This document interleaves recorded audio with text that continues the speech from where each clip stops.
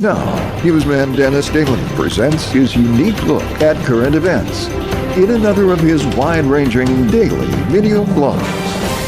Hi, and thanks again, everybody. In a previous report, we talked about the Packard Baker, the way Studebaker tried to make a Packard by turning it into a monstrosity.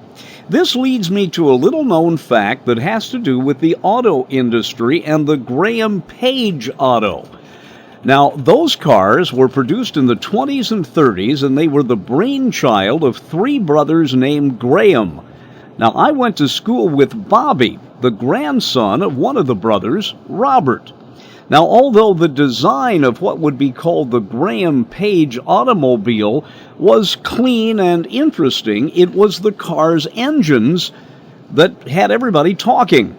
All Graham Page cars had an L-head design in the engine works, aluminum pistons, and pressurized lubrication. And so Graham Page cars got high marks. And one other thing. Joseph Graham suggested that it might be easier to try to figure out what a future model would look like if an artist made a clay representation of the car. That concept was adopted by all automakers, and it was the way you did things until the coming of computers. Now let's go into a time warp and back up a little bit. Where did the Grahams get the money to go into the car business?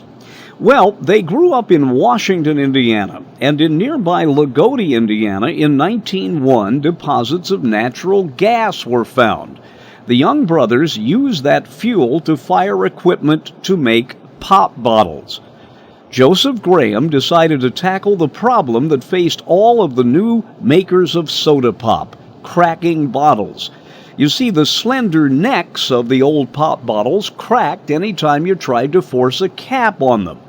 So Joe Graham, the man who would later invent clay modeling for cars, wondered what would happen if soda bottles were blown out of glass in a mold that was upside down, with the opening at the bottom.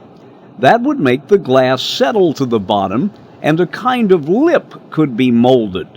You know that lip at the top of a pop bottle, and once the lip became part of a pop bottle, then a new kind of cap could be used. The one we call the bottle cap.